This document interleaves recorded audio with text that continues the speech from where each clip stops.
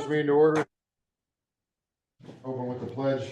I pledge allegiance to the flag of the United States of America and to the republic for which it stands, one nation under God, indivisible, with liberty and justice for all. Amen.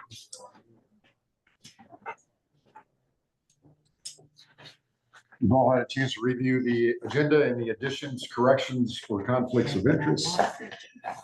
If not, the agenda will stand approved as printed. Move on to the reading of the minutes. You have two agendas? Look on your computer, because I think when Gene, Oh, yeah, we had bossing you around, sorry about that. yeah, when Gene was lost in there. Why do you do that? I'm good at it. August 18th, 2026, the Board of Supervisors met at 9:00 a.m. with Craig Dozark, Chair presiding. Members present were Schultz, Dozark, Hayden, and Rosberg. Mulbauer attended via Zoom. Minutes of the previous meeting were read and approved. The board approved the clerk of court fees for July 2026.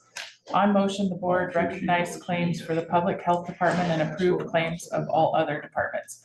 At 10:00 a.m. as advertised, a motion was made by Hayden, seconded by Rosberg to open the public hearing regarding the rezoning of property from ag to residential. Motion passed unanimously. There were no written or oral objections. A motion was made by Schultz, seconded by Rosberg to close the public hearing at 10:00 a.m. Motion passed unanimously. A motion was made by Rosberg. Was it 10:03? I thought I read. Yeah, 10:03. Did I say something else? You said 10 o'clock. You said 10:00. Oh, That's a short public hearing. Right, open and close exact same minute, but I remember reading those minutes. I thought it said 10:03. a motion was made by Rosberg, seconded by Hayden to approve the second reading of the rezoning of property from agriculture to residential. Motion passed unanimously. Motion was made by Rosberg, seconded by Schultz to approve the waiving of the third reading of the rezoning of property from ag to residential. Motion was passed unanimously. A motion was made by Hayden, seconded by Rosberg to approve the following resolution. Resolution 2026-33, certifying taxes payable for 2026-27. And then a very big, long. Yes, it was. I have a question about that. Voting aye, Schultz, Dozark, Mulbauer, Hayden, and Rosberg. Motion passed unanimously. Taya Vanami and Michelle Anderson with Manning Regional Healthcare Center gave the board an opioid grant update. Martha Civil, Assistant County Attorney, and Nate Deasy, Juvenile Court Officer, gave the board an all-rise conference follow-up. No action was taken. Jessica Garcia, Denison City Manager, discussed with the board some of the sidewalk cement issues with the Broadway project. No action was taken. A motion was made by Hayden, seconded by Rosberg to approve the budget amendment evaluation guidelines. Motion passed unanimously. The board had discussed with Laura Mortensen, Economic Development Planner at Region 12, reviewing the county's profile of the hazard mitigation planning. No action was taken at this time. A motion was made by Rosberg, seconded by Schultz to approve the JP turf estimate to reseed the courthouse lawn for $1,800 to aerate 2 times, seed and starter fertilizer. Motion passed unanimously. On motion duly seconded, the board adjourned at 11:32 a.m. Agenda for the next meeting are posted and available at the courthouse on Friday at 4:30, preceding the next meeting. Thank you, Megan. Any additions or corrections to the minutes? If not, they'll stand approved as printed and read. Move on to supervisor reports. I guess starting out in our board packet, we had a letter from Landmark concerning our towers. And I guess I'd like, some direction from the board as to how you'd like me to handle that moving forward. Do you want me to contact them, or are we comfortable, I guess, with our current leases that we have in place? I mean, can our towers add more stuff? Is that what they're talking about? Or are they talking, you think, taking over, getting rid of the leases and then doing everything? Or Wasn't that the company that wanted to be in control of that? They want to buy our leases. so they would buy our lease then and then release, sublease it out? Is that what you're saying? Well, that's kind of how I took it, is they actually, we don't lease anything, or unless they're taking the leases that are already on there. Just looked for me like they were trying to find a way to get in there and stream some of the money off. That's what I was thinking. And if they ain't, I mean, You gotta make. if they somebody didn't bring anything to show us where they were gonna make us. So we have talked to them before. Well, I haven't, but. I don't think we've ever, I think they've tried to engage us in the past, but I don't think we've ever. So you just leave it that way? Just ignore it? Yeah, I'm not, Okay. I'm not. It's not in favor broken. of Kind of that. sounds like that guy that came in and wanted to lower our bills by, remember that? Oh, yeah, what the heck was that guy's, yeah, the insurance. Your Kind of a insurance. shell game almost. But it was, it ends up taking away from your, I mean, it wasn't like they came in and said, hey, we've got these clients that wanna put on your towers and we wanna be your agent or Correct. something. You know, I mean, That's not what it was. I don't know that we need an agent, you know? It's not broken, we don't I think need. it'd be different if they came in and wanted to offer something new, or like we want to add equipment, or. Yeah. He didn't have anything to offer other, they'd take money away from us. Gotcha. That's what it leaves, that's what I took anyway. Okay. All right. Maybe I got it wrong. But it was that important, he should have came in here himself so I could ask that question, why should we hire you? You know. There's a number to call, but it looks like a great, like just pull that, I mean, I can just call and talk to them, yeah.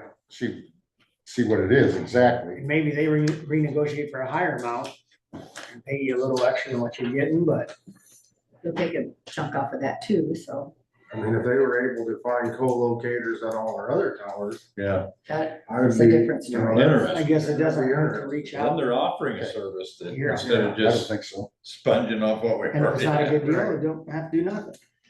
I mean, I think we're all happy with, Zach's negotiated our leases for us. I think he's done a good job. he stayed right with it. Doing that initially, but we have some towers that don't have anything on them, right? right. Well, other than our stuff, yeah. Do you want Zach to take a look at that and see if he finds I any mean- value in it? I guess we could have Zach reach out, or do you want me to reach out? I would just, I guess Why don't Zach's, you reach out? me? I mean, You yeah, got time. you'll at least be able to, you'll be able to decipher if it's worthwhile I will. going any further or just in the conversations they think. are Okay.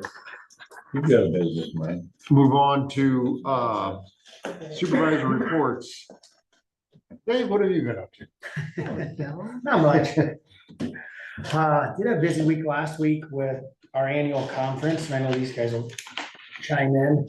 I thought it was a really good conference with good information. It was very good. I was impressed, engaged in every one of the conversations we were in. A lot of talk about data centers. Talk about data centers. I think one thing that I really appreciate was when we talked about the escrow for down the road. Right. I'm putting that in an ordinance. Basically, for down the road, if they close up shop. Decommissioning. Mhm. Decommissioning, thank you. They do feel like that will happen because it's all gonna be moving up in the side. Here's what I was thinking, everybody tells you they're like a big warehouse. It's just a building to hold a bunch of servers. So I mean, maybe you work out a deal, if they don't need it somewhere someday, it could be converted into a spec building for us. As I mean, part in theory, it should be a well insulated. of a hell of a spec building, you know what I mean? Oh, my God. Well, Where you in go. If you did something, Cedar Rapids has just have that 1,000 as part of acres. it. That's how big You know, theirs is. some of the Iowa stuff we City probably gets- wouldn't want, that could have potential for somebody to not know how to manage it, if it's the water treatment system or something. So you might want to decommission that on their own, get rid of it safely, if there's any hazard to it. There might not be any, I don't know. And that was interesting too. They said if they are tied to like a DMU, the DMU is another step in the chain that watches their water usage. Oh, yeah. And I think even if they aren't DMU, I mean, I would like, I don't know, if they get their own private wells, that's a whole different banana there. You can't really control, but you don't want them sucking down somebody else's well that's connected to theirs. But if they're on rural water, have rural water as part of their quarterly update that comes before the board, that, hey, you're just that they're watching. I mean, I'm okay with the trust, but verify. What I thought was interesting is that the data center in Cedar Rapids is actually in the city limits, but the county found it necessary because of all the damage that they were doing to the county roads. That was kind of in the fact that they had their water. During the construction phase? Correct, yes, that there was, and I happened to be sitting next to one of the assistant planning and zoning people. And so the guy that was doing the talking was her boss. So as he was talking, I could just ask her questions. Her name was Grace. She was a very from Lynn County. But it's been quite a process. And I think theirs is huge when you think about the difference. But they also have the river right there that helps with the water. The water's a real deal. I've been watching, unfortunately, YouTubes. But people really do talk. They on the YouTube, you can hear it humming from a distance. And I think that those are things that until you actually put the data centers, you can hear them the hum. In some of the towns that they visit. I don't know if they only pick the ones that are made that way, but All right, how old were those data centers? I did not catch that. They didn't go deep into all of that, but Guys, I haven't heard anything around the ones. I mean, you can't hear them over the other ambient noise. yeah. So I mean, I'm not saying it I ain't there, just but bring I'm it up just because trying that to was figure part that of, out. and the color of the water for the people that are close to it, but the water, they turned on the water and it was kind of a brownish rusty color. And so those are all the things. I don't know if they're just putting out the negative for a In reason. their fresh water. Their tap water's brown. In their tap water. How the hell would that, I mean, Don't know. unless there's because they're filtering in a sucking- well system or. Sucking so much water, they're getting to the bottom, I don't know, but just some things that I've picked up since, but I thought the presenters that they had at ISAC were excellent. I I mean, and last Rachel did a hell of a month's, good job. Yeah, she did. last month's, ISAC magazine that came out, the article in there by the Lynn County Planning and Development, I believe, was on data centers, and what they did. Excellent article. I don't know if everybody read that, but, excellent. I thought that that's something we should give to Colin. I'm sure, I guess I'll have to ask if he's read that or not, but there were some interesting things in there concerning maybe you want to have an ordinance or not have an ordinance, but excellent article. I think the Walnut did talk about how much tax we're Yeah, bringing out. Yeah, very good, very good.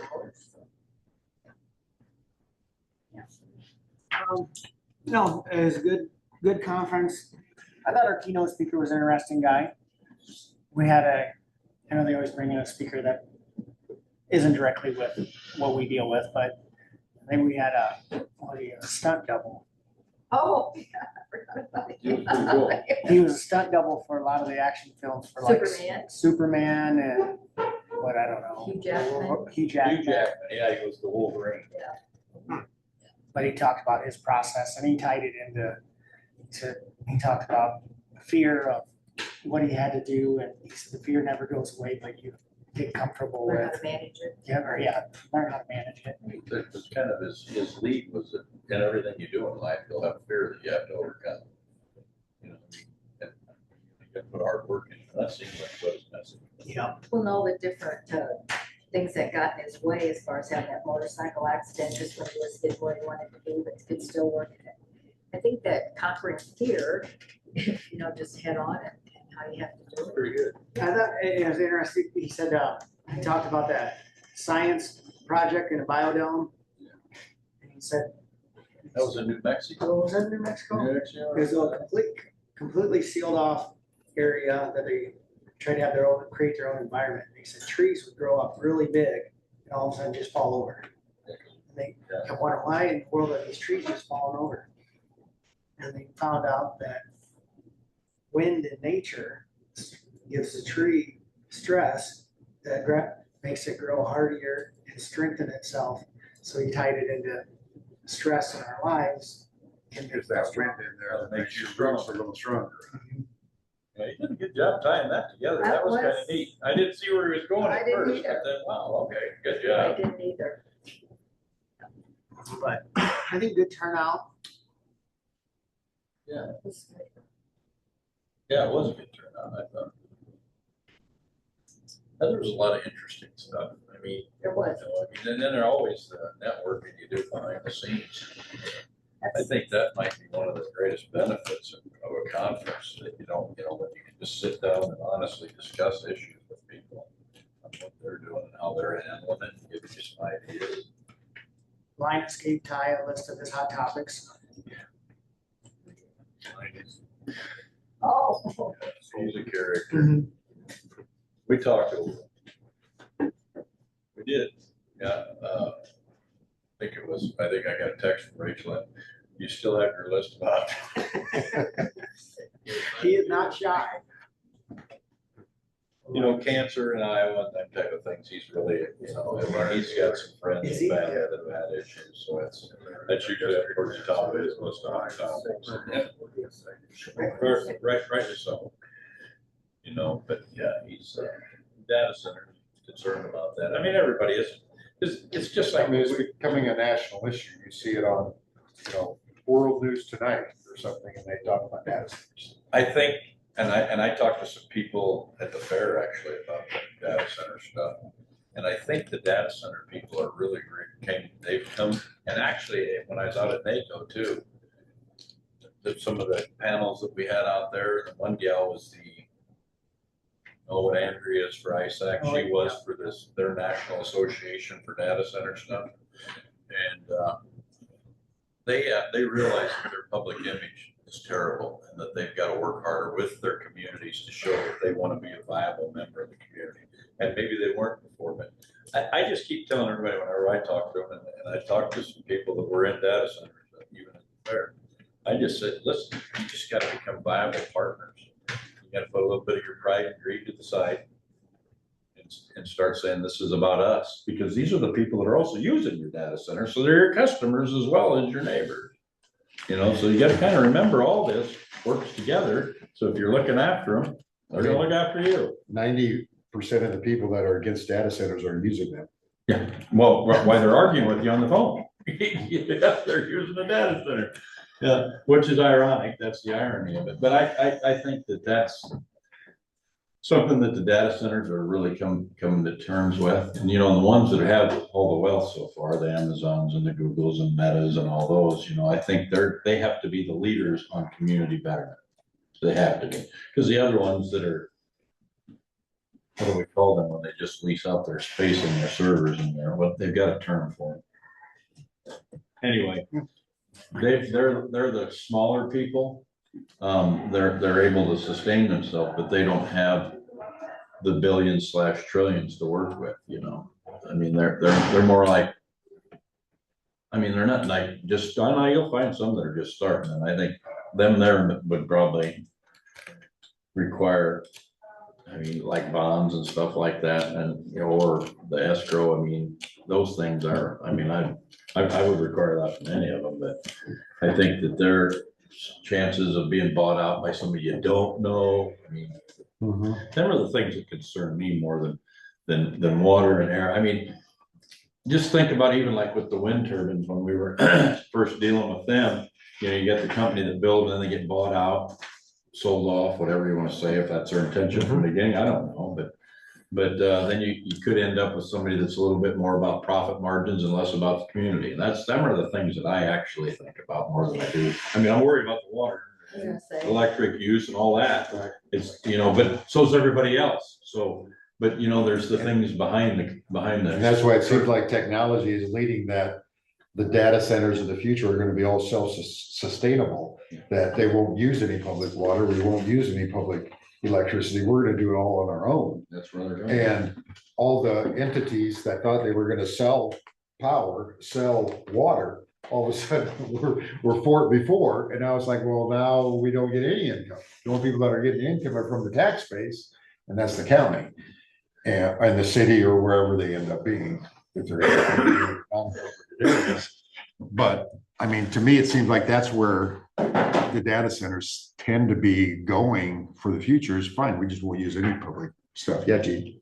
Is the state giving tax relief to data Yes. centers currently? Yes. How much? 50%? It says that you can have you get a property tax relief on everything that's inside the data center, not the building, not the land. Right, just the equipment inside. Depending on, once again, the size of the community that you go into. Okay. Tells you how long that tax abatement is good for. It can be 10, could be 13 years, depending on the size of the community. And so the state has that written, it's in state law. Yeah, It's like, nothing that there seemed to be some we can do. confusion. And they also have some sales tax abatement or forgiveness from the state. If you invest up to $200 million over the first 6 years, you can have anything that you purchase for the inside of that building, you can get back, and that includes energy. So they get a tax abatement on any sales tax on the energy that they would buy from Whitco, DMU, whatever, if they invest over 200 million over the first 6 years. So once again, that's nothing that we as the Board of Supervisors did, that's what the state did. And from what I understand is Iowa's in the middle of the road for tax incentives for data centers. They're not real high, they're not real low, they're kind of right in the middle. So Just have to know that. I've been researching it, Gene. I knew you would know.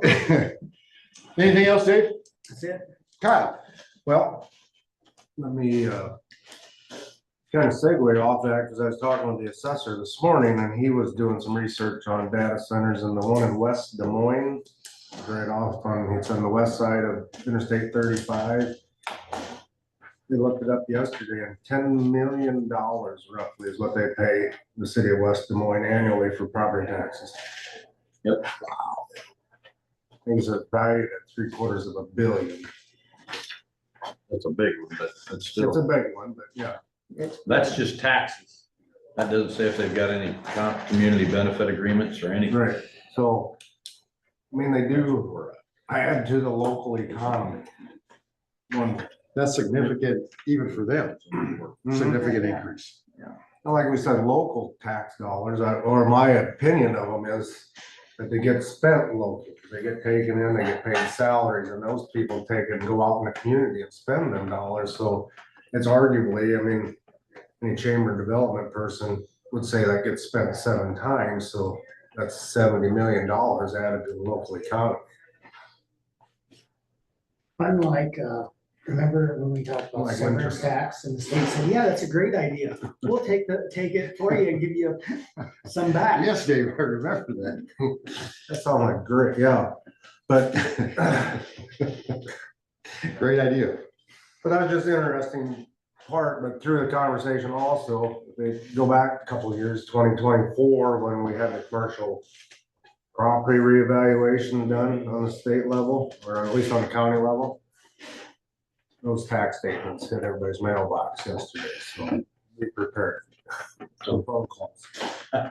Good point, thank you.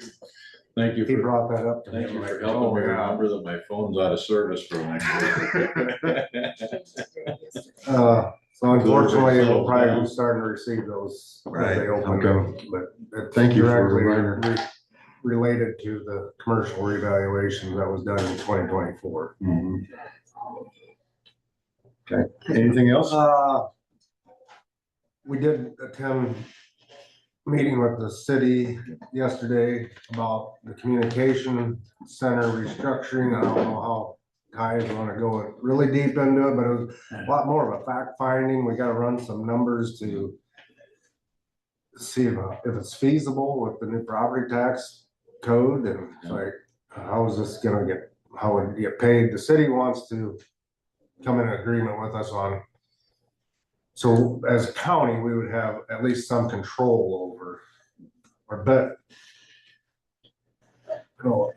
Management. management of the comm center, communications How does center. property tax fit into the issue? Well, they, Well, paying for, if we would, there was, I don't know how many scenarios we talked about, like if the county managed the comm center and the personnel salaries and how that gets paid for and what other benefits get paid for it. So that's how, you know, budgeting would come in and become involved. or where it's gonna get funded through, if Yeah. it's funded through EMA. I mean, just, there's so many hypotheticals that I mean, was the original agreement go all the way back to the jail where the county funded and? Well, we talked about all that far back. Okay, that far back, that the county did the jail, the city did the comm center, Mhm. and that's how it was split evenly, that you do that, According you to do this. The city doesn't pay anything towards the jail. Yeah, it sounded like the communication center, people used to feed the prisoners, you know. Things have evolved. That was before we had the new Yeah. jail. Yeah, Jessica, she even said that she used to bring the juice and stuff up to the guys in the prison, or in the jail. When she was what? When she was a little. Her mom Her mom was actually a jailer or something, is that what it Jailer, sounds like? dispatcher, I don't know. Dispatcher or jailer. Oh. Anyway, it was kind of Okay, old, so that's beginning discussions. It's been ongoing for Okay. years. but it resurfaces and then, you know, we talk through it and we'll see where it goes. Okay, Yeah. yeah, Gee? What is the problem that they're trying to fix? You know, we just got done saying if it's not broken, why do we fix stuff? Well, What's I think broken in this system? the ultimate problem is it's heavily, I want to say it, always been managed by somebody that's been in law enforcement, AKA the police chief. Okay, And that's not a new problem. It's fire, ambulance, EMS, maybe don't have as much say in what happens in there. And we just spent like $4 million on some towers, but it really don't matter Well, if what they're you not guys, what paging did correctly or 911, whatever, you know. what'd you guys spend on the cat? Oh, yeah, it's- That was 911 spend that, and it doesn't even get used. right. Was that To its 600,000 they spent on Yeah. that? So isn't it kind of we like just you need did? somebody, try to find a better way of managing. So is that, are they thinking about EMS being EMA being the people in charge? Oversight, not in charge. Oversight. But Quality to me, control. kind yeah, of. quality control, you're basically your oversight, you know, direct, because it'd be in the building with them, and you could help create the policies, and Zach understands all that stuff very well. Was Zach there? Tony there yesterday? Tony there?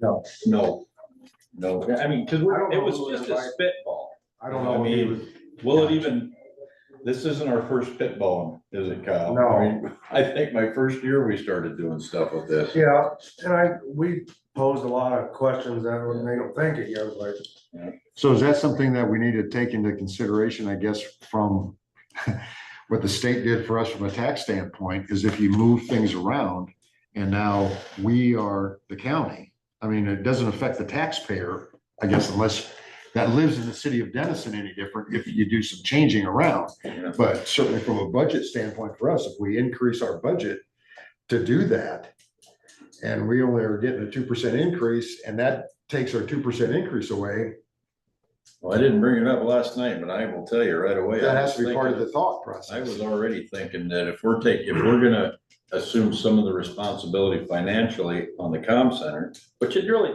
they weren't shirking any of their finances. I mean, no, they weren't. they were still saying that we'll pay, you know, like what they're paying now, that percentage of things. So I don't think they were trying to shirk that. They're just trying to, here's what you got. You got law enforcement doesn't complain a lot. But the fire and EMS and then even in law enforcement, sometimes they'll start a new run or whatever. How is that called? Service, What's that? was it service? Service call to service? Yeah, when they do something, they might, because they don't really they don't use the system quite as efficiently as they should have, so it'll start new calls.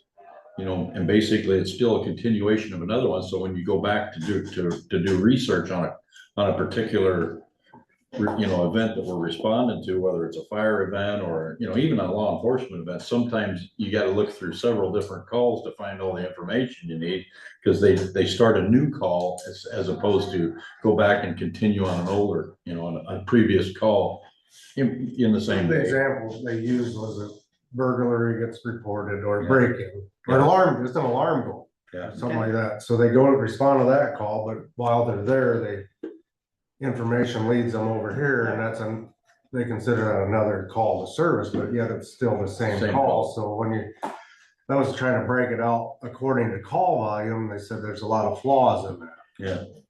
because it's really only one call. Yeah. But they're registered as two. So that was why they said, you know, we're showing that we're getting a higher percentage of calls, when in fact, we don't.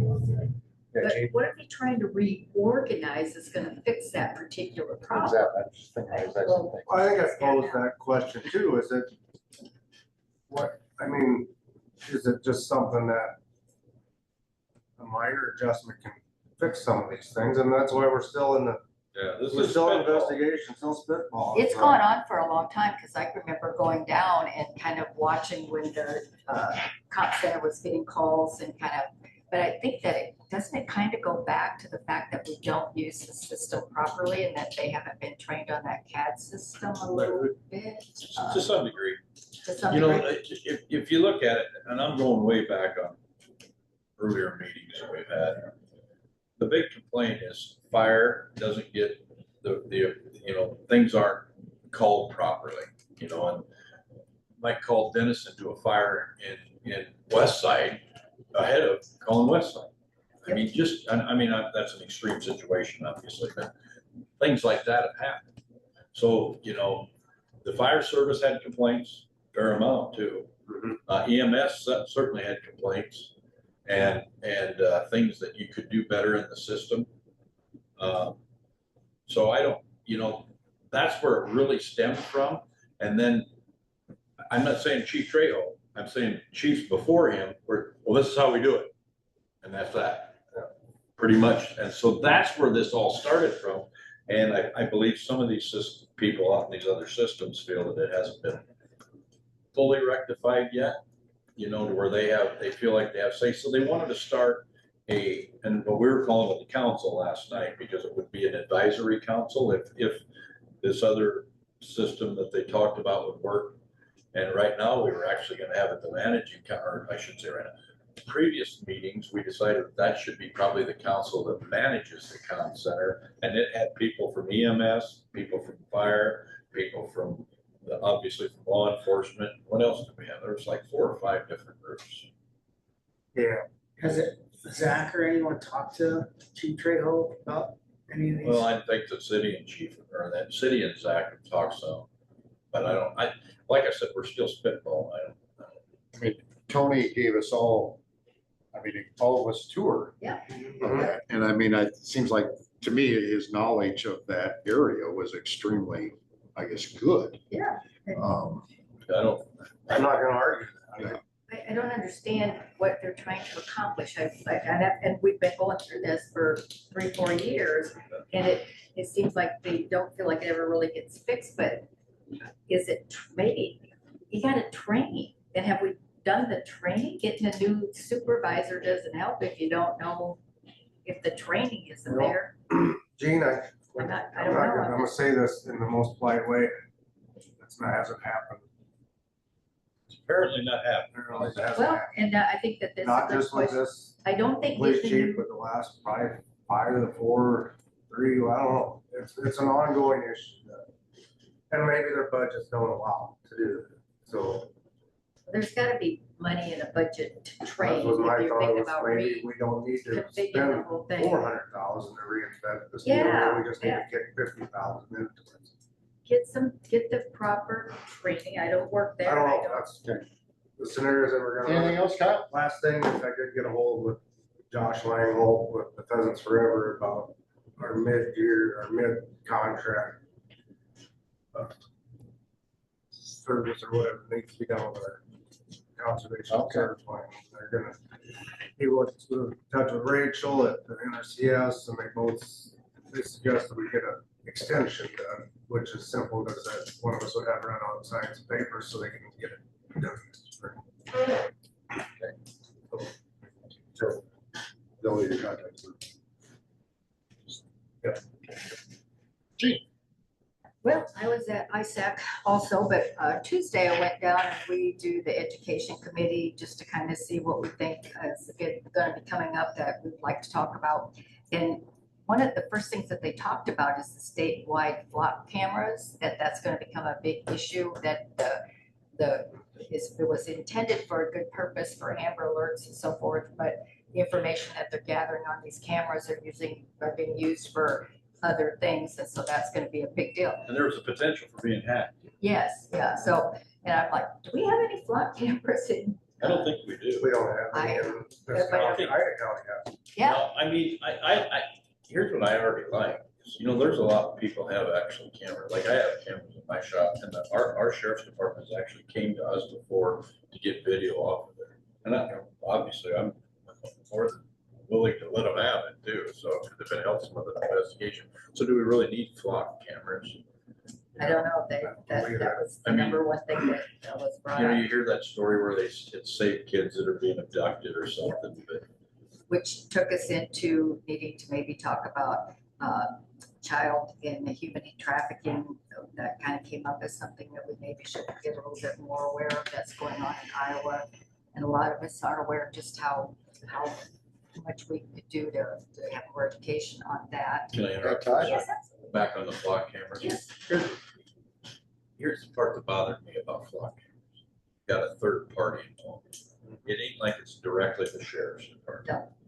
There's a third party involved. I mean, I don't like surrendering any liberties. And I sure don't want Big Brother to have any more access to my life than he's already got. I mean, I carry this around, he knows where I'm at all the time anyway. But having a third party involved in that, what could be sold, what could be, you know what I'm saying? Who inside that building that supposedly is a Boy Scout that's actually selling information It's underneath not because good. he's got a gambling debt. You see what I'm getting at? Why do they call them flock? That's the company that made them. Flock. Okay. Kind Yeah, of like precedent. I was, it's something that does kind of. Gotcha. But anyway, sorry. Uh, I wanted And to then throw we that in. talked about public health and the restructuring of that and the HS system. Gonna maybe have that out there a little bit. Radon, I think maybe we need to talk about testing. If there's someone that has some concern about that. So these are all things that we'll vet through to see if they're gonna make it to water quality. We need grant applications, road construction. So those are kind of some of this hot topics that we'll try to pick up and talk a little bit more about. But going back to ISAC a little bit, I thought the guy that did this creative culture, excellence, and civility, it kind of reminded us to be nicer people, maybe. You know? Oh, yeah, that was pretty good. Yeah, that was. and- Why in the world would you want to do that? huh? But I wrote down self-awareness, to be aware of, your interaction with people and things. So that, actually, when he started it, I thought, maybe I'm gonna leave here because he wanted you to stand up and interact with people. And actually, it was pretty good. I got a lot out of that. I did have a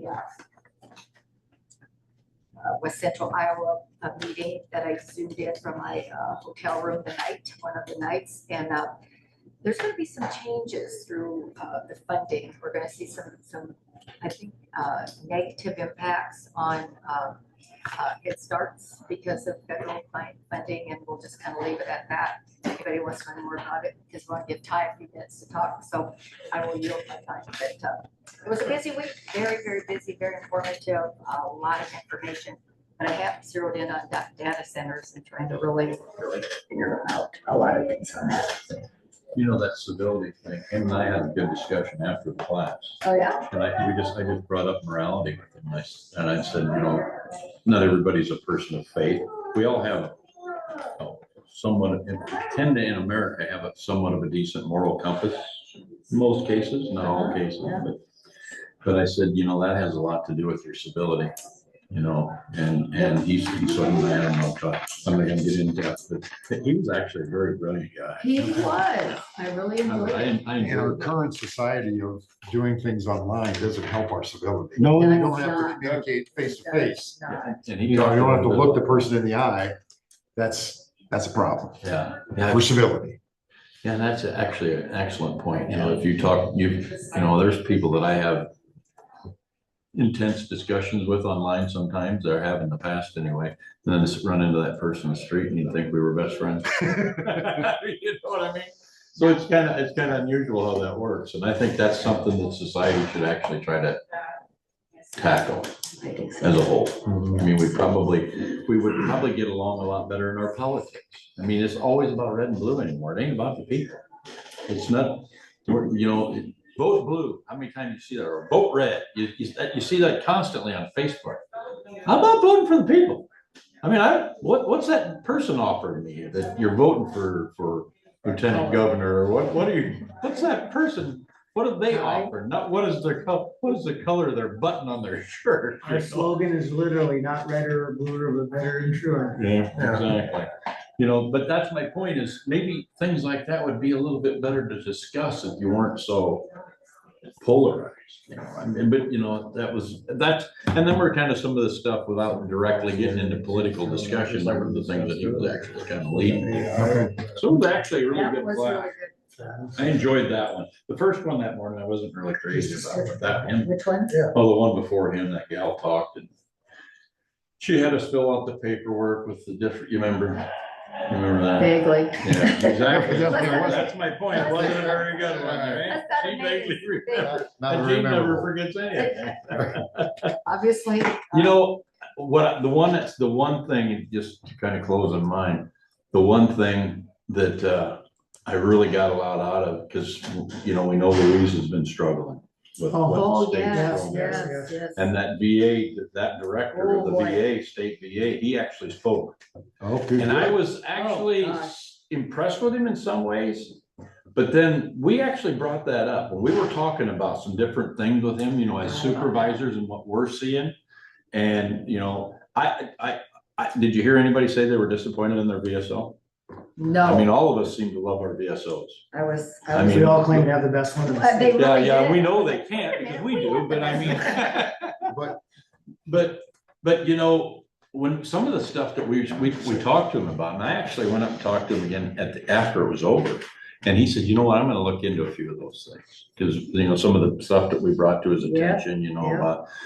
I really hit hard on, how can you do and I said it in open, Yep, you did. I said, Glad you did. how can you just use money? I said, I'm a veteran, I'm an 80% disabled, I got a son that's 100. I said, I don't wanna be about a dollar sign to my county. I don't want that to be the only thing that the Weezes get evaluated on, because I said, I've seen that lady have tears in her eyes over that Sheila Salon. We're her family. She fights for us. She loves us. And by God, how do you not love her back? And I mean, to evaluate all that she gives to us just on a dollar sign, it's just, we have find other things to add to that. Sure, that's an important thing to the county. I mean, are we getting a return on our dollars that we're paying these people? Okay, I understand that. I looked at everything we do, we look at what is our return. I mean, that's this board's job. But also there's the human factor. And are we checking that out? I said, because, you know, my son had to move to Des Moines, so now Polk County is benefiting for what Louise got for him. But he did that to be closer to the VA. And that will not stop Louise. No. No, Because we'll of stop her- her. She'll keep going. Because of her If he love for calls- veterans, no matter where they. But it If will he- stop the money that she gets, because that Right. money has. So, has left. and by the time we were done with that conversation, I really think he had a different understanding of it, because Right. now that we were the money people that were worried about more than just money. Right. Because he was sitting there listening to the supervisors talk about this. Because I mean, when I said that, you know, it's just like asking that first question, all of a sudden everybody's got a comment about it, you know? And I think it might have made sense when he up here thought about it, but when he looked at what they are really doing Yeah. to, you know, you work so hard to get them 100% or what they Yeah. deserve. And then if they move, it's like, "Oh, I'm gonna lose money because I worked so hard," you know, it just shouldn't be like that. Hey, you gotta ask some tough questions. He did. Yeah, I he mean, did. we put him on the spot. I felt bad for the US, you know, for the development or for the USDA, you know. Yeah. Yeah. what And was she? FEMA, And there was the FEMA guy, nobody ever asked him No, any questions. USDA Well, guy. FEMA's a 4-letter word that begins with that. yeah, But the USDA, the development gal that was up there, you know, I mean, and I've actually talked with her before. She's the one that offered money, like when we get this reservoir thing going, there's some good grants out there that I actually already talked to her about. That's the gal that called me before I got landed that time. When I talked to USDA out in Washington, before I actually got home and was on the plane.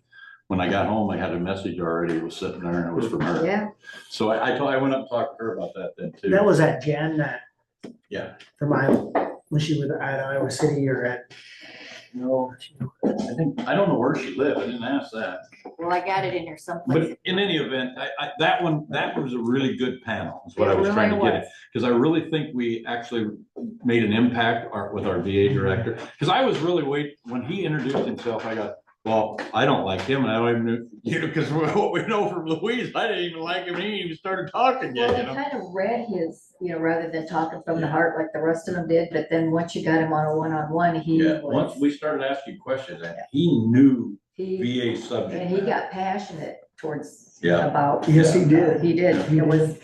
he had So I don't, I I'd like to think, see that. I think that it was probably He was a benefit for him to talk to us. He was listening. I really do. He was listening. So I mean, hopefully that helps the ladies, you know. So anyway, Okay. that's all I've got, you know, I mean, we covered pretty much everything else that I was involved in. Great week at the fair. Oh, yeah, well, my feet are happy to be home. Yeah, yes. The fair went really well. I mean, record numbers. How I many, ran out of bacon. I mean, I had bacon, I had stuff that lasted through probably early afternoon, mid-afternoon, you know, for like the pork picnics in the cup. We got a little piece of bacon in that, you know, that I made up that morning, but I ran out of bacon to cook at like 10 or 11 that morning. You know, I mean, it was just, I had a 40% overage of what I ordered the year before. Wow. And still ran out. And I had very little waste. I mean, you know, we've got pretty good at guessing when to stop cooking at the end of the day, you know, to where we don't have, you know, a lot of slippage at the end of the day. And I thought we were really kicking some butt there. And then at the end, when on Sunday comes around, I'm like, son of a gun, we're not gonna make it very far into the day. This is all we've got. But I mean, that's a good thing though. I mean, it just, and like, I remember on Thursday it was raining, you know, drizzling pretty decent. And I'm out there and standing there in my raincoat and I'm leaning on the fence out in front of the pork tent and I'm looking down the main street there and looking at all them Iowans. And I said, you takes a lot more than some moisture to stop these people. They were here in force, but I said, I'm proud to be an Iowan this morning. Look at it. It's easy to come on a sunny day that's nice and cool like it was in the back half of the fair, but the ones that showed up for the little bit of rain and didn't let that stop their happy day at the fair, good for them. I made sure they had some hot pork belly to eat. Anyway, that's all. All right, thanks, Ty. People make the plans, they're gonna go. They're gone. Say, Ben, Yes. before you get started, I just wanted to bring something up that someone from the public asked me about. And that was the bus, what do I want to say, coordinator, Corey Schmedke, asked me about Deloitte Boulevard. And if we're ever thinking about doing something like we did on M Avenue, going out to Yellow Smoke. I think that was our talk, wasn't it? Right, I told him, I said, that has been discussed, but his concern is that they have a babysitter that lives on that road. And the bus goes out there every day, lets kids off, picks kids up. And he said it gets so dusty out there that if they meet someone, he said, I'm concerned about someone that may be following that bus and the bus is stopped. And because it's so dusty, they don't see the bus even with the arm out and it's, you know, flashing stop. That he said, that's my only concern. So he said, he just said, if the county's ever thinking about doing something on a different road in the county, I hope they take Deloitte Boulevard into consideration. I said, I would bring that up to your attention. I said, we have, I told him, I said, we have discussed that. So to be honest with you, Corey, I said, we haven't talked about that. Yeah. Okay. And yes, and we do kind of have planned to do something out there. I don't, it's in our, don't quote me on when. Right. I believe we have it programmed in our 5-year plan. He just wanted to bring it to our attention, the understanding, you know, is that we're not going to do it next month, but certainly long-term, if the county is considering doing it anywhere else in the county, I'd hope that would be under consideration. It's kind of weird. He left it with me. I'll pass it on to Ben.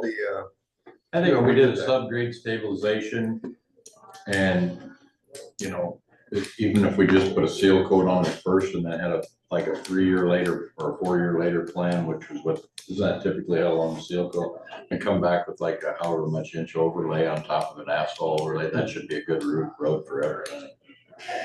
I would think.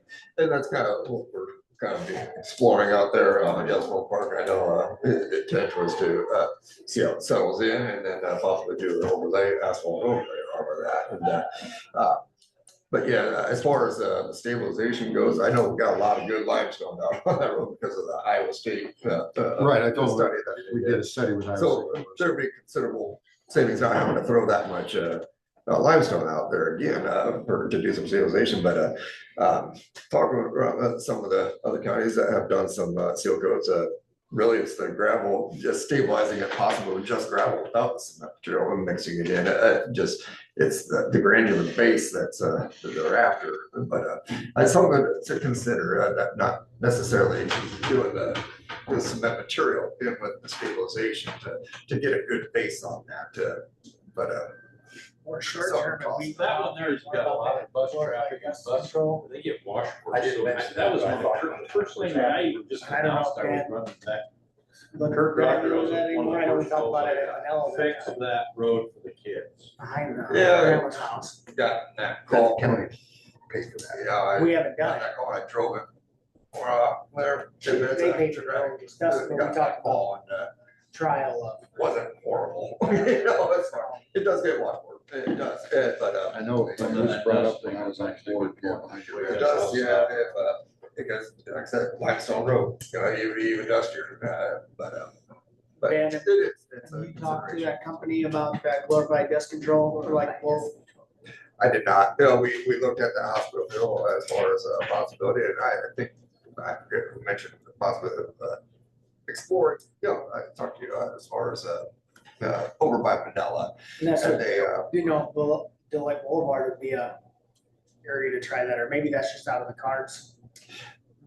this company is out of Florida, they were doing some, a couple sites up here, just trying to get the name in and doing a couple sites, to see how it would handle up on the Iowa roads, and my intention was to go and see where they did over Monona County and see how well it holds up, but it was glorified dust control, and really, I don't think it was gonna amount to much more than that, a topical stabilizer, Do you know how it held up or how long?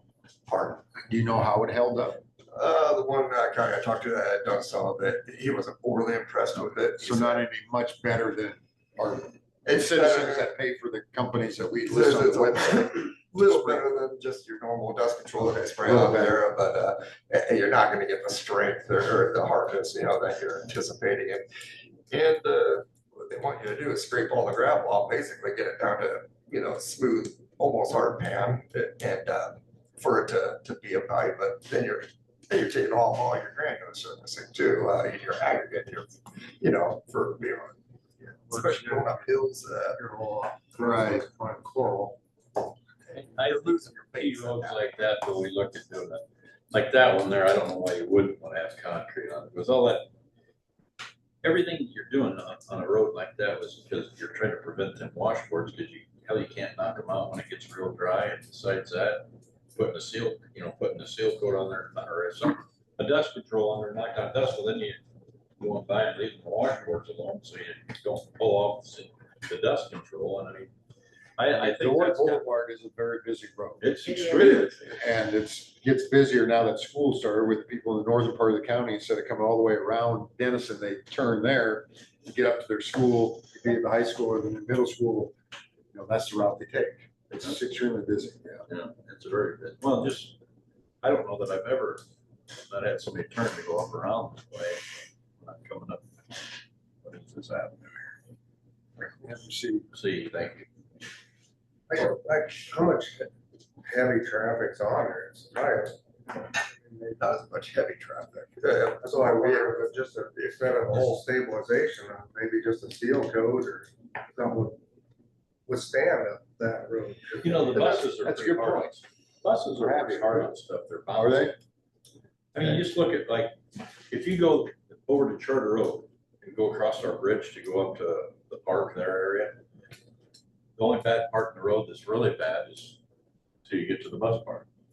I mean, they just bounce a lot, and they've got some weight to them. They're not overly heavy, like, you know, unless they get kids on them, they're probably heavier, but, you know, they're bouncy, and then they have this spin, and once you start a washboard, then the wheels tend to magnify it as time goes. Also, it's Park Road, And that's a seal coated road. It's going up to the parks for years and it's. Has it got a stabilization under that one?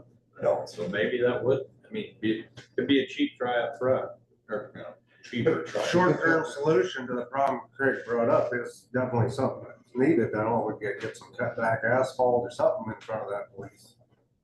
Because it is a a safety concern if they're stopping every day and picking up kids. I would like I think we should try you to know, address that before we have a 5-year, let them wait 5 years, we're gonna fix the road. before we do it, I'd like to explore possibly stabilizing just granular stabilization without the cementatious material. It really is what the base is what a guy is after. And So basically, But, grind in that rock that the state, that Iowa State put on, is that what you're talking about? Or where you start about blending in that rock that the state's putting out for testing, is that what you're talking about? Build a deeper base. Taking what we have now and just blending some Portland or whatever into it, huh? right, if we're gonna do it the same way as we did Yellowstone Park Road, we probably wouldn't need to bring as much limestone onto that road to be able to get it done,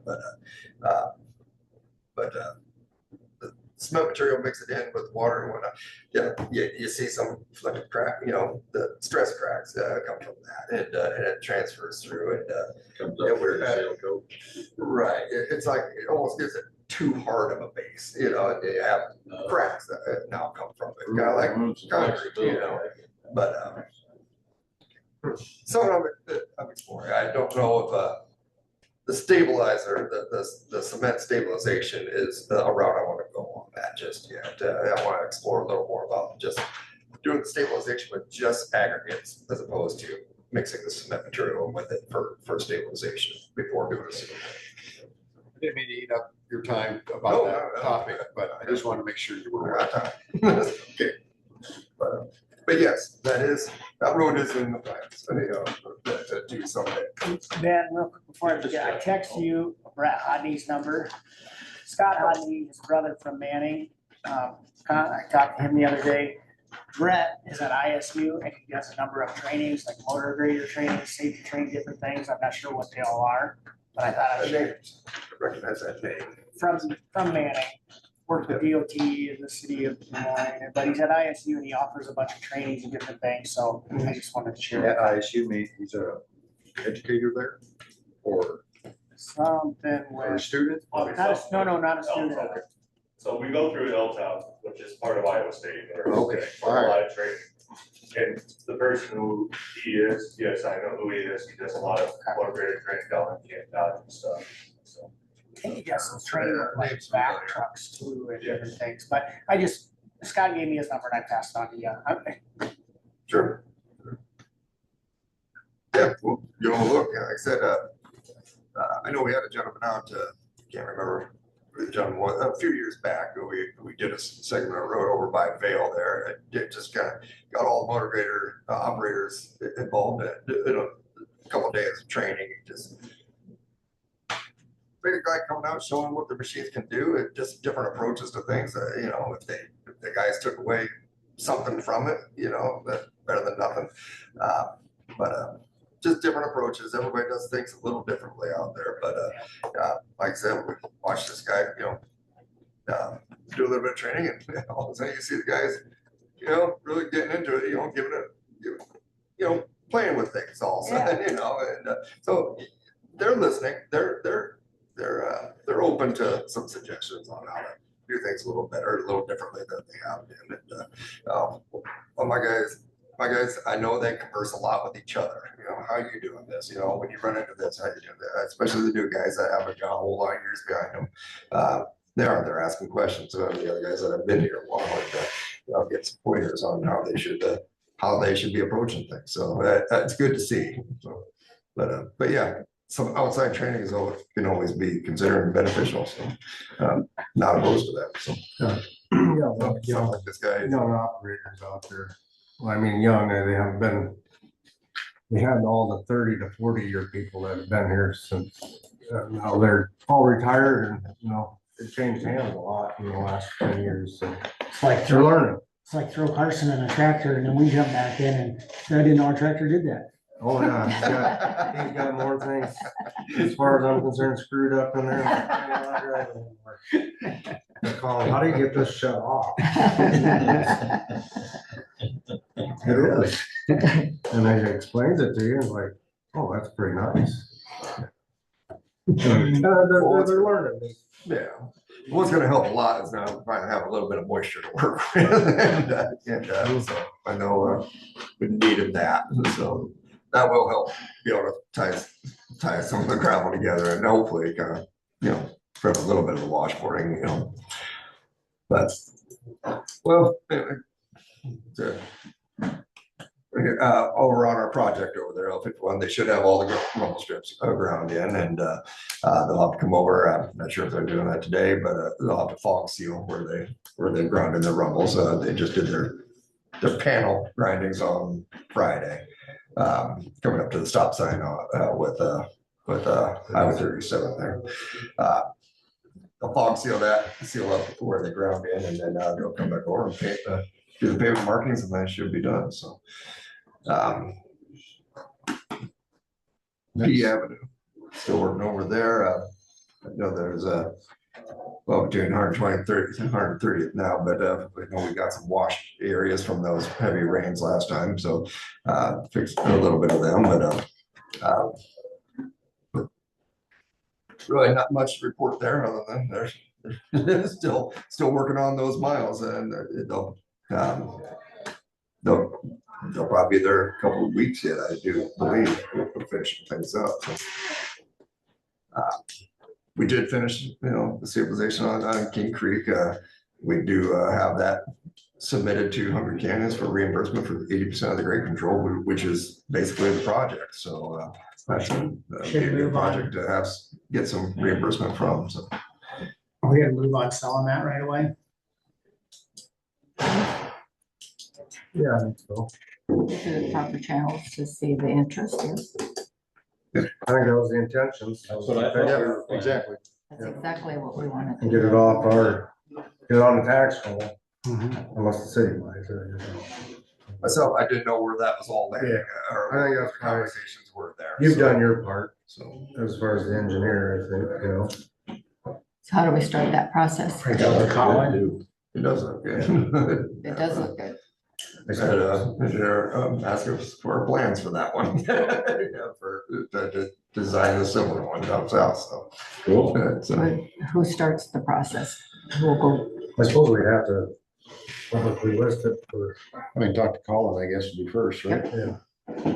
Yeah. I mean, just so you guys know that Hunger Canyons, and I know that's in your report later, but they have a meeting on Friday, this Friday, so, Yep. sorry. But the scoring committee, of which I'm a member, and so I won't be there, but the application for that stabilization in Vale is on the agenda to be approved. And the total cost of the proposed project was $41,188. County contribution of $17,555. And then the funds requested to make that up is $19,589. So, I mean, it's, we're gonna wanna make sure we get $17,555 if we sell that. I believe that might be a different project. Is that a different project? That's a new pipe that we're. I should have looked down at the address. Yes, you're right. I'm sorry. Yep. Doing the math, erosion's something Yeah. higher cost. My mistake. Thanks. No problem. That's all I right. can't remember the final numbers, but I believe the total cost of the project is somewhere around that 120 some Okay. thousand. 80% approximately is what Hunger Canyons would be funding. So we're reimbursing us for the grade control of it. So we're gonna have That's what about, we're applying, if county money, we'd have about 40,000 then roughly in that, roughly. roughly. Mhm. Okay. Well, even if we don't get that money back out of it, it would potentially put it back on the tax roll.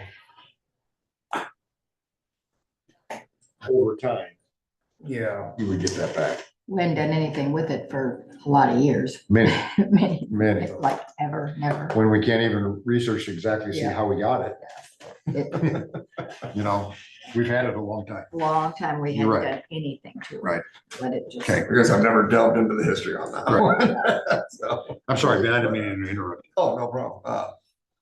But yeah, I mean, it was a good project done, a good chance to kind of clean up a site and get quite a bit of reimbursement for that. Mhm. So we have applied for the reimbursement. Hopefully we get to it. I believe we went a little over our estimated cost, but but very close. It's done right. I mean, it looks great. Looks great. Roadside crew, there's seeding and mowing. We got one of the mower tractors got the wind parked alongside the Dow City shop. We had a mower or a windshield taken out of it, so down for a few days until we get one put back in. But yeah, I don't know if it caught a stray rock from the highway or what. Got kicked up, but get a windshield put back in and get him back mowing. So, but Bulletproof glass in our truck. For myself, I know September 15th is the deadline for me to submit the annual report, which is a summarization of the secondary roads spending, income and spending that I submitted to DOT for. Make sure we're staying within our budget and this and that. So that is something that the board does need to approve. So I'll be working on that extensively over the next week here and try and get that on the agenda for approval and review and approval here soon. That'll come up fast. So, but if you have any questions on that, when I do get that to you, feel free. We have been trying that motive fleet stuff.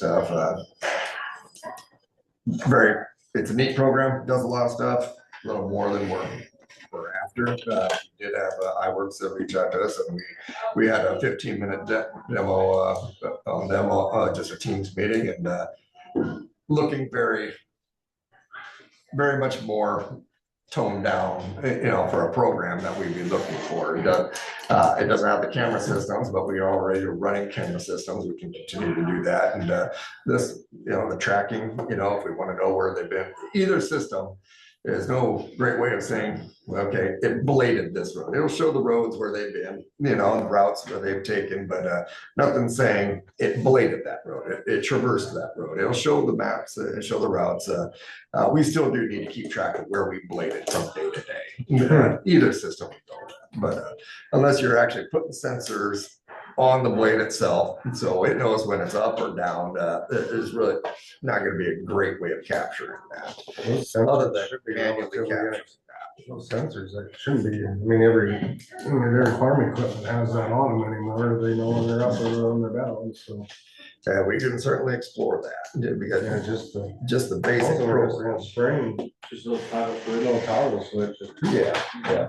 When it goes down, it compresses it and it activates it and that's up. Yeah.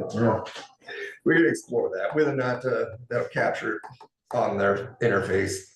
Well, see, I'll have to talk to them about that, because that's really the true intent of what we're trying to capture, is whether or not they bladed, not where they've all been driven. Right, So, yeah.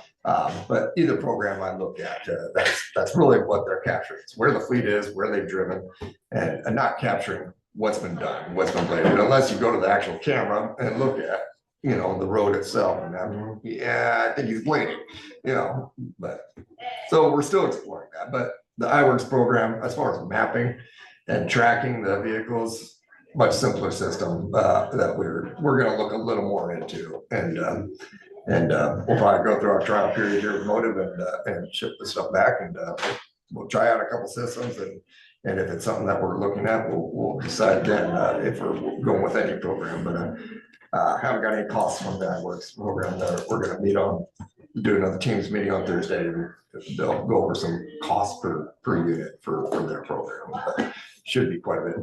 I would have to assume quite a bit less than Motive, just because you have the less capabilities. But and it does, iWorks does have the fuel diagnostics and vehicle diagnostics. Because currently we're spending, what, $5,000 a year on that program? Is that what that Right, is? and what we're getting out of that is basically a database, that we can enter in our fleet program, into it, and have that information readily available, and manually enter in our fuel usages and work orders, maintenance costs, and to be able to run reports at the end of the year, costs, for that specific unit, so. No matter which one you go with, it's gonna be 2 steps up from the red crayon. Yeah, Only two. end of the day though, we probably will still use a red crayon if we can't get it, to where it indicates, when the light is up, light down, when they're actually waiting, they're still gonna have to capture Okay. where they've actually blamed it. Be So, nice if. That is an consistent with- interesting point. I know it was, they all had. If it works, once again. believe it or not, I've had conversations with a lot of other counties asking how they do it. I'm super. The old way, I'm not suggesting that So, the old way isn't the best. I know it works, but yeah, I get what you're saying. I'm not It'd be nice to have suggesting something. that. Get us in touch with the people that. All right. There was a dealer around here for a long time. With iWorks, it's just being add-on. So It is. worry about your contract. Yeah, weed is a tag leader. That is something I like. All our fleet is already in it. Right. It's just a new tab that we'd have available to us on it, and we can, as many vehicles as we want to put on it, at whatever the cost is, we'll find that out. And it's set up and ready to go, other than them shipping the plug-in units to us. Keep it simple. We've been exploring single axle plow trucks. But we did have Peterbilt bring well, they have 3 available plow trucks set up and ready, they just happen to send me an email on. That they do have available, for us to, they brought one of them up for us to look over and demo and then see what we think of it. The price on it is, quite a bit more than what we were, spending on ones that we have been doing with the international, but a lot of different features. So it's stainless steel box on it, the electro-hydraulic controls. So the whole box is stainless. Except for the bottom. The bottom's hard to add. Right. Heavier plow on it. Instead of cables, they got electro-hydraulic controls for the spinner, the box. Yeah. Do you see a benefit to a stainless steel box? Not rusting out, yeah. I mean, that certainly is a problem of ours. They do rust out over the length of It time. is something to consider, because like I said, the box is what's gonna go. I didn't know if first. they kept it long enough to have that issue. But it does drive up the cost. Hard on us. Was that? Winter is very hard. Okay. So they're out there salting and spraying the chemical. The mist is kicking up on them constantly while they're out working. Worst idea. Very bad And they should environment. evaluate at least one time to see how long it holds up. I mean, it'd be a long test, mind you, but still would be nice. Maybe the common sense is gonna take you a long way. It's gonna last longer. Anything else, Ben? No, other than we're still kind of making some comparison, but we are probably gonna want to make a decision on our single axle block truck fairly soon, kind of what direction we're going, but once we looked at, Does anybody else offer stainless steel? we could get, It's still about the same price and what's the same price. So it's the oval that's costing more, it's that nice box. But, stainless steel and then hardened steel bottom. It's not very rock and stuff like that, don't get it. So we had the fall sale, I guess, last Tuesday. Were you Yes. happy with what you sold or? I am, the old 99 Ford truck. The Broadwell 42, the roller Broadwell 42, which very surprising. I really didn't have a whole 42. It doesn't hurt to ask I that. didn't even think about 42,000. Full price, I'm a bit surprised on how much the roller went for. I didn't even have a pulse on what Story like that, but that's Who bought that? You know who bought it? I'm just curious what. okay. Winona All right, I assume. What's that? Winona County, Ida County, and Winona County, Ida County, and Crawford County. 3 counties together about that. Fairs. Yeah. Yeah, But I heard They're sticking it in the pocket, they'll keep it out here in Crawford County, but then they'll use it at Ricketts, Ute, and Ida County. I heard that there was supposed to be one person bidding, but the other person didn't get that memo, so they're bidding against each other, is what I was told, so. We'll see, Jeff Warhorse was the one out of Monroe County that was bidding on it, and I don't know, Brian Roderson was there too, but I don't know, I didn't watch the bid there.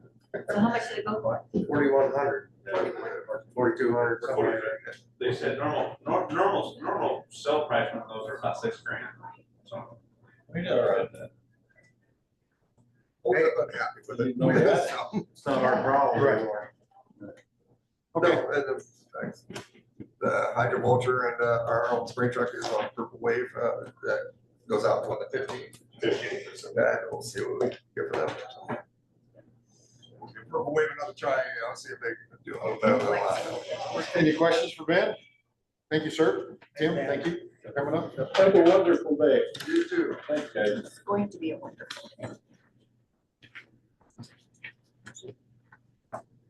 Next item on the agenda, Taya was here last week, requested $35,000.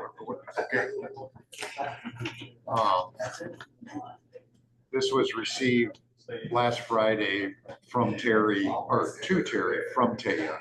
And it just says, good afternoon, Manning Recovery is asking for payment for half of Tahoe that will be used for transportation as well as prevention with the HIPS camper. This is $35,000 for half the cost. She talked about that last week that she was here, and I think we had all agreed that would be something worthwhile to use our opioid funds for. And so it wasn't on the agenda last week, which is why it's on this week. The only question I have that came up after that conversation is the ownership of it. You know, we have 35,000 of Crawford County dollars in it. When they trade it or sell it, you know, how do we follow the, It's a point. just a point, you know, And to if make something would sure happen and they hold up. sold it, you know, I kind of want, I mean, it's not Crawford, technically not Crawford County taxpayer funds. it's technically not, but it's our opioid funds. Right, it is, that it is. It's our And our, opioid if funds. if It that is. vehicle would go away and all of a sudden our Crawford County base doesn't have, you know, that money seems wasted if I don't protect that. Should be okay, a simple some sort of agreement drawn up, so hey, if you dissolve within, put a limit on it, because, you know, Yeah. vehicle's It's gonna gonna depreciate out Yeah. over, you know, in 5 years, you owe us. X Well, just amount if of we're dollars. paying for half of it, whatever it would be sold for. Right. We would have, what would return to us for other, to return to the opioid. Exactly, just keep that. My Yes. thought on the backside of that is, we're investing in a vehicle that is going out in our communities for trainings, education. Right. That, so Transportation. we are getting the value back by what they're providing with getting that vehicle. Yeah. So I can put a number on, like, that versus just straight a vehicle. Reason we're doing it is because it's going out, it's serving a purpose. We're gonna see more than the $35,000 in value that's gonna provide to the citizens of Crawford County I to get get them the that, treatment that they need. But I just wanna make sure understand. that when it gets sold, Right. traded, that our value stays. They're also getting value out of our 35,000 too, though. It's a shared value. So I mean, I just think it'd be, I don't think you ask for anything more than, you know, if you sold it. Seems like common sense, but I think that the Within a discussion, certain number of years, yeah, Yeah. I mean, I hate to see the it expectation of, 35,000 and a year from now, they're Selling it, I get that, and I think that's a good point, you brought up. that's the only thing that came to my mind. I mean, most contracts have some of them things in it. Memorandum of understanding would even be prudent, I think. Oh. I would have. I don't see them going anywhere anytime soon. I don't either. I don't Just wonder- either, I mean, on, which I am gonna abstain from this vote since I'm on the board. Right. I do So believe what's appropriate, what is the value, the return of value, I mean, is it after 3 years, 5 years? I don't think you say a value. I just say, you know, if you keep it Or I mean, for 10 years and you turn around and sell it in 10 years and you get $15,000 of it, 7.5 goes to Carroll County, 7.5 goes to Crawford County, back to their opioid. Right, and I guess I don't foresee them ever selling it. I just see them trading it off for a Trading it, different one. You know, that's what they'll. I would Okay, well, think then keep it's- doing. But Then I would say that you probably, they'll come back for to help offset that cost between the trade. And Right. so then you're still in the value of it. So the Yeah. title is in Manning's name. Just a thought I had, just to make sure that we were thinking, All right, make sure I don't know exactly. They get drawn out in a long time, I don't, 3 to 5 years maximum, if they keep it that long and they trade it, then it's. Yeah. Just, I hope Did it- come back to us for the difference in the trade, I don't, right? just a yeah, thought. Cause our opioid funds are gonna go on for another, how many years? I don't think anybody they're really gonna knows. stop. So I don't, Until they stop, right, that's a good point. I mean, Good answer. I don't think they're gonna quit doing what they're doing as long as there's opioid funds to support it, so Mhm. this could be going on another 15, 20 years. Mhm. Then you also have to think that, tires and oil change and, things are gonna be an expensive manning then probably. So just, Insurance. just some things, just so that nothing, I mean. And I would rather have it that way, where they have the vehicle, it's yours, we don't have to cover insurance or maintenance. or That's a anything good like point. There's a good point. There we go. We talked it out. I'm good. I just wanted to make sure that we got that all the way through. That's a good point. Very good point. So I'll make a motion that we support the purchase of that vehicle with our opioid funds, $35,000 Okay. On your motion. Good out of day. our opioid funds. Okay, motion by Gene, Second. second by Kyle. Any further discussion? We have it. Okay, all those in favor say aye. Aye. Chair votes aye, motion carries. And same name. Move on to letter of support. I think that was in our packet for the Region 12 Council of Government Housing Preservation Grant application. I guess it was kind of brought up last week. If we wanted to have board approval of these events. And I just mentioned that since the last, I think, sentence just says, we fully support Region 12's application for USD Housing Preservation Grant funding. And I'm signing it, that I'm representing the whole board. So that's why it's Our before the names are on board. the bottom, so yes. Your names are on the bottom, yes. I don't know who said it last week, but I think it was you, Kyle, that when in doubt, it's a lot better to just do it this way. Right. I make a motion to approve the letter of support. Second. Motion and a second. Any further discussion? All those in favor say aye. Aye. Motion carries. Sign the document.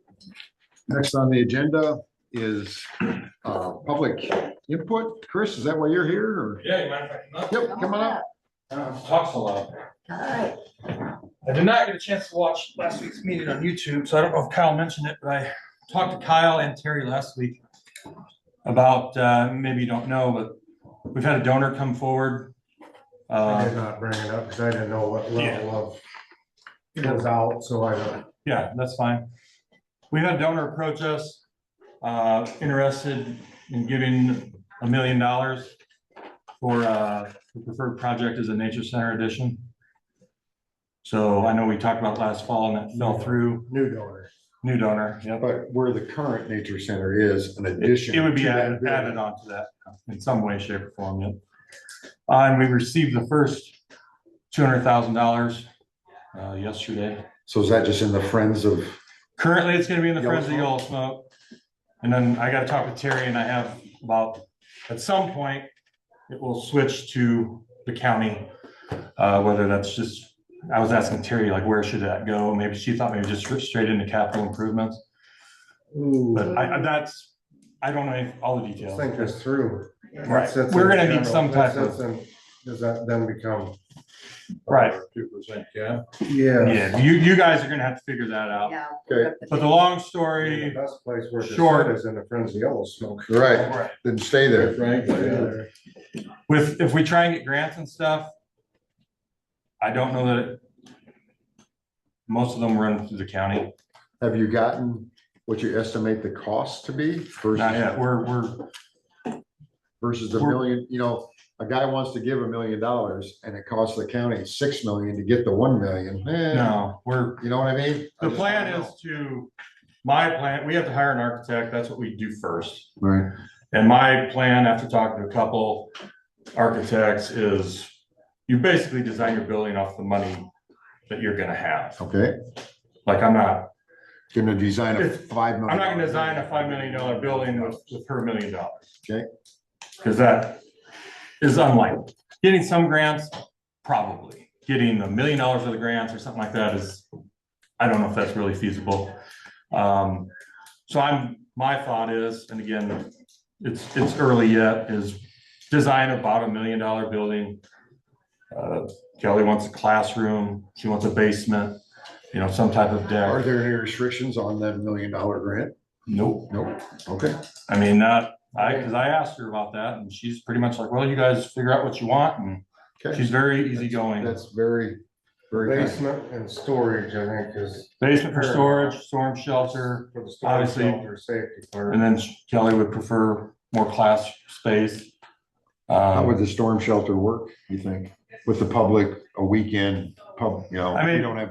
She's mostly looking at when she has camps, I Her see. summer Okay, camps. gotcha. like when she's there, Gotcha. they have Gotcha. somewhere to go that's not, Right. currently you have to take them over to the beach house. Gotcha. Which Understood. is, Okay. It's not necessarily like a 24/7 storm Gotcha. shelter, it's just protection for the people when Okay. we're open, when she's there with camp. Makes sense. Okay. The issue we run into is, for her tax reasons, she's gonna spread it out basically $200,000 a year. So $200,000 we just got. I presume early in 2028, she can give another 200,000. But she also doesn't want to wait 4 or 5 years to start, because obviously we can't start building something until we have all the money. So I talked with Terry and Kyle about the potential of the county floating us, if you wait till 2028, approximately that 600,000, and then her donations Backfill. pay the county back. That's the idea I'm floating. Obviously, we'd have to, Colin would be involved and have an agreement, because you gotta have some type of agreement to make sure Right, in case she the money passes, still in comes. case she passes away. in Right, 3 years down the road or whatever. Kyle, I'm gonna use your old adage, spending the money today will be a lot cheaper than it will in 5 years. So, right, just to get things going. Get more bang for our buck. Wonder if we need to get- That's my point. pose how, where It's the pretty store exciting, is sort Chris. of park this money, I mean, Yeah. that's something Yeah. our auditors. Really, we need Right. to run I that. mean, that's why I ran it by Terry. She didn't see an obvious issue with it. I'm not The talking only issue I Colin. see is the state says that's reserves, you gotta burn it now. Right. And it's not impossible that it can stay with Friends of Yellowstone for a long time. There are issues tax wise for them. If they have money in and out, it's not such a big deal, but if they hold large sums of money for a while, then their tax reporting changes and it costs them more. Oh, yeah, maybe we But- can, That's not, can we get a new and- line item, a new, Need to get one of them shelves. so I don't know the best way to do it. I don't Get think in we've the had a lot Cayman of Islands. experience with Right. big donors, so maybe Yeah. we need to think outside the box, how exactly we can do it, to. Yeah, and, With the new. right, and Terry had mentioned too, maybe a separate line item. That's what I was thinking. I thought maybe that'd be the best way. She mentioned, she's the one that said, oh, maybe you could just put it straight into capital improvements and you just take it right back out. But I don't know anything about with the new budget restrictions, what's Yeah, that's. That's- what the one- way to go is on I that. mean, that's the only thing that this discussion spurred is where do we park it, that it don't become It's gotta be a earmarked. problem that they don't get to sit there for 3 years. Yeah, and I don't, like the design can take, I've never had a project where I needed to hire an architect. The design can take, 6, 8 months sometimes. So I don't know if it's feasible. We could maybe start a year from now, like actually building, if this all works out.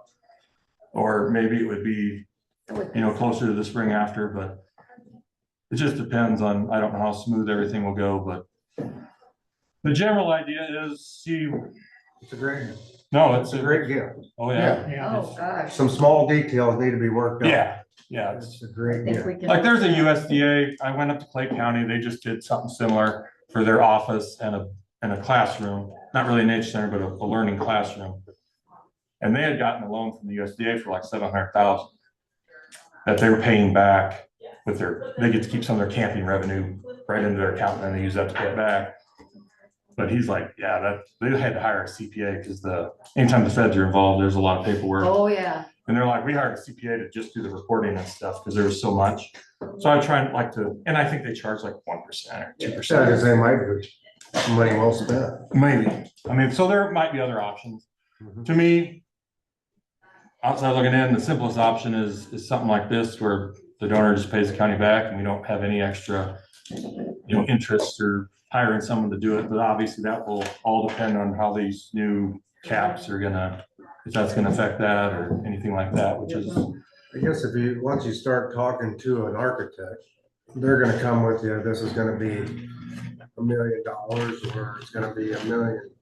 Your ideas, they're gonna put that on paper and it's like, it's gonna be $1.6 million. And you're like, well, maybe I better address the USDA grant. And it might cost us 1% to have a CPA do the paperwork, but so we know. Like I said, my plan, and hasn't been approved by my board or anything, just me spitballing, is you design off a reasonable estimate of what you're gonna get. I think it's reasonable we could raise another, Clay County was able to raise $400,000, like the private donations and things for their office learning center. Obviously they got a bigger tax base than we've got, probably a bigger town. Not much, but- not a lot. So I thought maybe it's reasonable, we could raise, 150, 200,000, somewhere in there. That, like I said, there'll be some grants that we'll get, but I don't know if we're gonna get, hundreds of thousands or tens of thousands, I think we should start by talking to USDA to see what they have to offer, because we just had them give us a talk last week at ISAC, and they have money that they're, I think that's where we should start possibly. to Yeah, see. I think he said it was a rural development loan or something Yeah. along those lines. I think it's worth talking to them, because you talk to them for free. Yep. No, I can do that, but I just want to get on the radar. Yeah, thank you. This is proceeding down the track, and I knew. we'll be looking for some options to not have to wait 4 years perhaps to actually do anything. Really, really nice.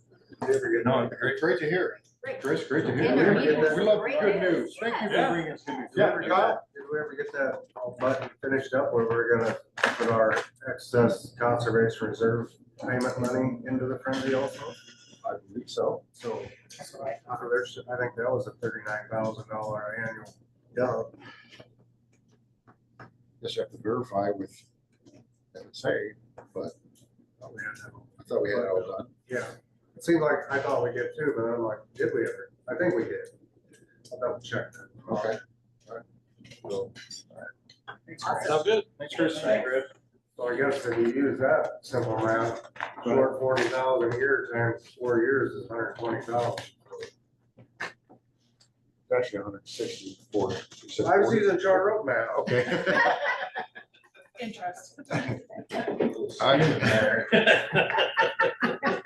You see if A you're little paying for, attention. a little for ourselves. You're right. I think based on, USDA giving us that little spiel at ISAC, they really want us to use those programs. And I think that we'd be cutting ourselves short not to see what they would have to offer us. It's just like anything at the federal level, if they ain't using it, they won't get it next. Right, and not just at the federal level, we need to check with the state level. Correct. Also, Like the state DNR. offers that too, correct, DNR offers that also. Yep, I think there's a lot of, because it's for outdoor activity and for children and all sorts, it's gonna fit some boxes. It's great that, to get a donation of that size, but if you could springboard that through some grants into Springboard. 1.5. Yep, that takes care of our match that we would normally have to pay on a lot of these things that. And I know that, talking to people from the state level is when they either give money or do a loan program with an entity, they like to change it around. So if Crawford County has not been a recipient in a long time and Crawford County now applies, the odds are greater that Crawford County gets something, because a lot of times, once counties see that they can get something, they apply again and again and again and They just again know and how to- again. They got the pattern. Exactly. The And when origination. you don't, fee- at state level, they look at, man, they get it all the time, but nobody else is applying type of thing, and we've got this money. So, And what keeps us sometimes is that match that we don't have. The origination fees sometimes scare you. If it's $1 million deal and you have a 1% origination fee, you just can have them do it. And you can have a local bank. So there's all sorts of, but I think we have to start the conversation. Where we're investing $1 million. It's gonna be a lot of moving parts out that part think in so. the next 3 to 5 years. They get the lake restoration project going on, this new addition going on. maybe use a grant for lake restoration. Well, that's the other thought too. Yeah, maybe the grant would be better suited for the lake restoration. We're at citizens input, I guess. Anything else? Anybody in here have anything? Brian? Nope. Anybody out in Zoom have anything to report or talk to the board about? If not, I'll entertain a motion for adjournment. Moved by Gene, second by Dave. All those in favor say aye. Aye. We stand adjourned. Thank you. What am I gonna do?